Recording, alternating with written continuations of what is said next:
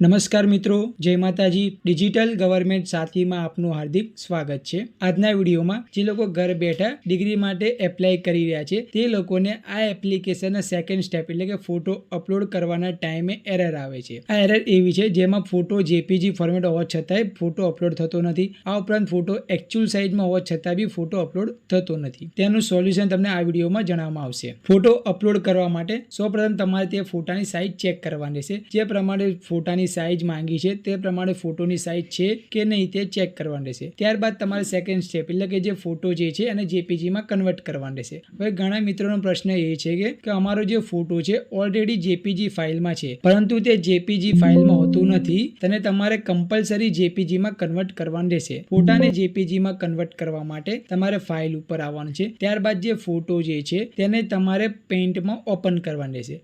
પેઇન્ટમાં open કર્યા બાદ તમારે આ ફોટોમાં કંઈ ચેન્જીસ કરવા નથી. ડાયરેક્ટ ફાઇલમાં જઈને સેવ એસ પર ક્લિક કરવાનું છે. ત્યારબાદ જેપીજી પિક્ચર પર ક્લિક કરવાનું છે. ત્યારબાદ તમારી સ્ક્રીન ઉપર આવું એક પેજ ઓપન થાય છે. આમાં સૌપ્રથમ તમારે ધ્યાન રાખવાની બાબત એ છે કે જે ફાઇલ નેમ છે તેમાં લાસ્ટમાં તમારે .jpg ટાઈપ કરવું કમ્પલસરી છે. જો તમે .jpg ટાઈપ નહીં કરો તો આ ફોટો તમારે અપલોડ થશે નહીં. માટે તમારે લાસ્ટમાં .jpg ટાઈપ કરવાનું છે. ત્યારબાદ તમારે સેવ ઉપર ક્લિક કરવાનું છે. આ પ્રોસેસ કર્યા બાદ તમારે બ્રાઉઝર પર રિટર્ન થવાનું છે. હવે તમે જે સેવ કર્યો છે એ ફોટો તમારે અપલોડ કરવાનો છે. તમે આ રીતે સરળતાથી ફોટો અપલોડ કરી શકો છો. આ ઉપરાંત તમને આ એપ્લિકેશન ફિલઅપ કરવાના ટાઈમે કે અધર ક્વેરી હોય તો તમે કોમેન્ટ સેક્શનમાં જણાવો. અને જો આ વિડીયો પસંદ આવ્યો હોય તો લાઈક કરો, કોમેન્ટ કરો અને આવા જ વિડીયો જોવા માટે અમારી ચેનલને સબસ્ક્રાઈબ કરો. Thank you.